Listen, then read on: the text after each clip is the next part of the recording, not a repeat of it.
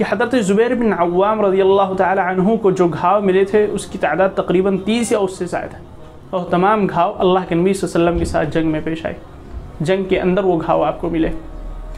یہ تو رہی آپ کی شجاعت و بہادری، لیکن اللہ رب العالمین کا فضل اور احسان دیکھیے کہ آپ کو قیادت و سیادت کا بھی یہ ملکہ دیا تھا کہ عالم اسلام کی پہلی ہی جنگ غزوہ بدر میں نبی کریم صلی اللہ علیہ وسلم نے آپ کو میمنہ کا امیر اور قائد بنا دیا تھا۔ اب میمنہ جنہیں نہیں معلوم میں انہیں بتلاتا چلوں کہ پہلے فوج کے 3 حصے کیے جاتے تھے جنگ کے اندر، ایک حصہ میمنہ ہوتا تھا، دوسرا میسرہ اور تیسرا ہوتا تھا قلب۔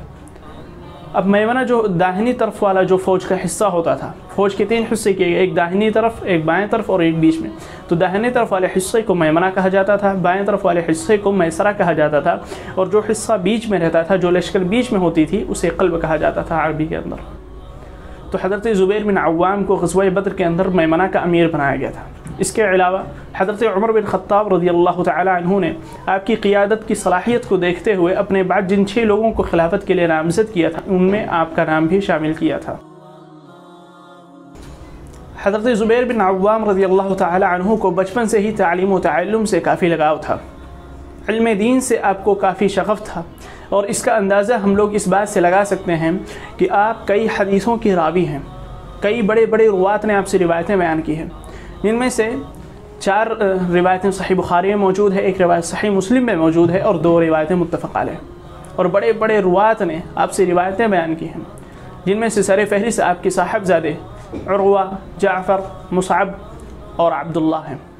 ان کے علاوہ احنف بن قیس، مالک بن اوس الحدثان اور مسلم بن جندب وغیرہم ہیں۔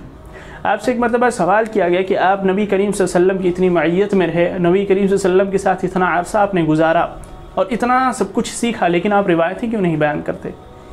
تو حضرت زبیر بن عوام ان کا سیدھا سا ایک جواب دیتے کہ میں نے اللہ کے نبی صلی اللہ علیہ وسلم کو فرماتے ہوئے سنا ہے کہ من کذب علی متعمدا فلیتبوأ مقعدہ من النار، کہ جو شخص مجھ پر جھوٹ گڑھے گا تو وہ اپنا ٹھکانہ جہنم سمجھ لے۔ اور میں نہیں چاہتا کہ جانے انجانے میں میری زبان سے کوئی ایسا لفظ نکل جائے، کوئی ایسی بات نکل جائے جو نبی کریم صلی اللہ علیہ وسلم نے نہ کہی ہو، اور جس کی وجہ سے میرا بھی شمار ان لوگوں میں ہونے لگی۔ اسی وجہ سے حضرت زبیر بن عوام نے زیادہ روایتیں نہیں بیان کی۔ حضرت زبیر بن عوام رضی اللہ تعالی عنہ کی فضائل و مناقب میں کئی احادیث وارد ہوئی ہیں، کئی حدیثیں نبی کریم صلی اللہ علیہ وسلم نے بیان کی ہیں، جن میں سے سب سے بڑی فضیلت اور سب سے بڑی خوشخبری تو یہ ہے کہ آپ صلی اللہ علیہ وسلم نے اس دنیا کے اندر ہی آپ کو جنتی قرار دے دیا تھا۔ آپ کے جنتی ہونے کا لوگوں کو اس دنیا کے اندر ہی آپ صلی اللہ علیہ وسلم نے بتلا دیا تھا، اور آپ کا شمار عشرہ مبشرہ میں سے ہونے لگا۔ اس کے علاوہ آپ صلی اللہ علیہ وسلم نے آپ کی فضیلت کو بتلاتے ہوئے ارشاد فرمایا کہ ان لکل نبی حواریًا وحواری الزبیر، کہ اس دنیا کے اندر ہر نبی کا کوئی نہ کوئی ایک حواری ہوتا تھا، اور میرا حواری جو ہے وہ ہے زبیر بن عوام رضی اللہ تعالی عنہ۔ حواری کسے کہتے ہیں؟ آج کی زبان میں سیدھا اور سمپل اگر ہم سمجھنے کی کوشش کریں تو حواری سمجھ لیجئے کہ باڈی گارڈ ہوتے ہیں، پرسنل باڈی گارڈ،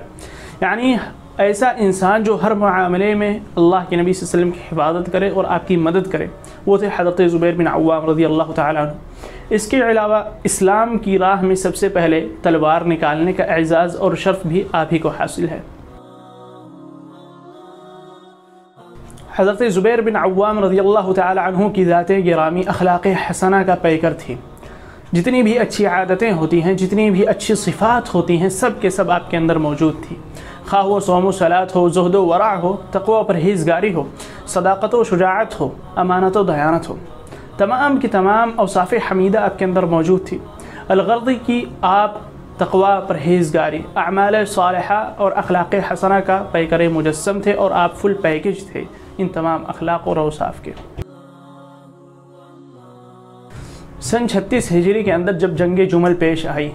2 مسلمان فریق کے مابین یہ جنگ جب واقع ہوئی، تو اس میں حضرت زبیر بن عوام رضی اللہ تعالی عنہ بھی شامل تھے۔ مگر جب آپ کو یہ احساس ہوا کہ اس جنگ کے اندر صرف مسلمانوں کا خون بہایا جا رہا ہے اور اس جنگ کے اندر کسی کا ساتھ نہ دینا ہی مناسب ہے،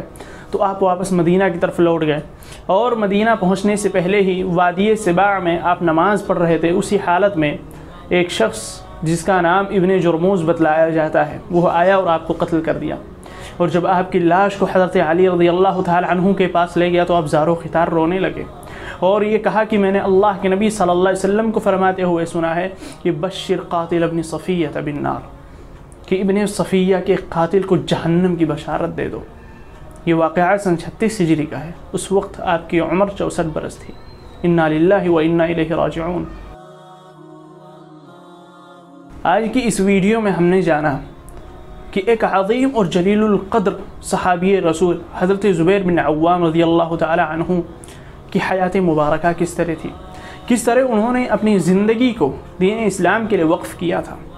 کس طرح 12 برس کی عمر میں ہی انہوں نے تلوار نکال لی تھی کہ کہیں میرے نبی کو کوئی کچھ نہ کر دے، اور سب سے پہلے اسلام کی راہ میں تلوار نکالنے کا اعزاز حاصل کر لیا۔ حواریِ رسول صلی اللہ علیہ وسلم آپ بن گئے۔ ان تمام چیزوں سے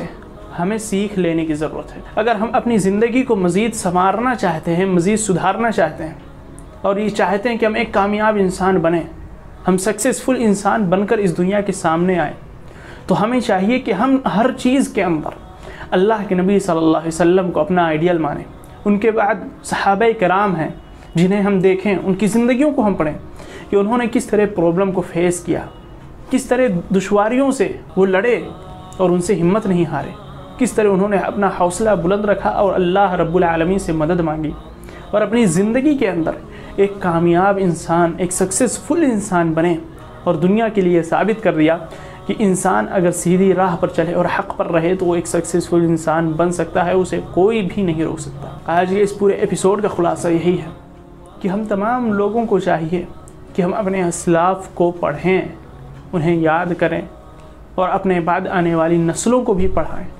اور یہ ایک وراثت میں دے کے جائیں کہ ہم اپنے آئیڈیل کو یاد رکھیں۔ اور اس ویڈیو میں آپ لوگوں سے سوال یہ ہے کہ اللہ کے نبی صلی اللہ علیہ وسلم نے حضرت زبیر بن عوام رضی اللہ تعالی عنہ کو کس جنگ کے اندر میمنہ کا امیر بنایا تھا؟ اگر آپ کو جواب معلوم ہے تو ضرور سے کمنٹ کریں، اور انشاءاللہ اگر آپ کا جواب صحیح رہا تو ہم اگلے ایپیسوڈ میں ڈسپلے پر آپ کے جواب کو شو کریں گے۔ اور پچھلے ویڈیو میں جو سوال کیا گیا تھا کہ حضرت طلحہ بن عبید اللہ کی کتنی روایتیں متفق علیہ ہیں، تو ان کا جنہوں نے صحیح جواب دیا جن لوگوں نے، وہ یہ رہے۔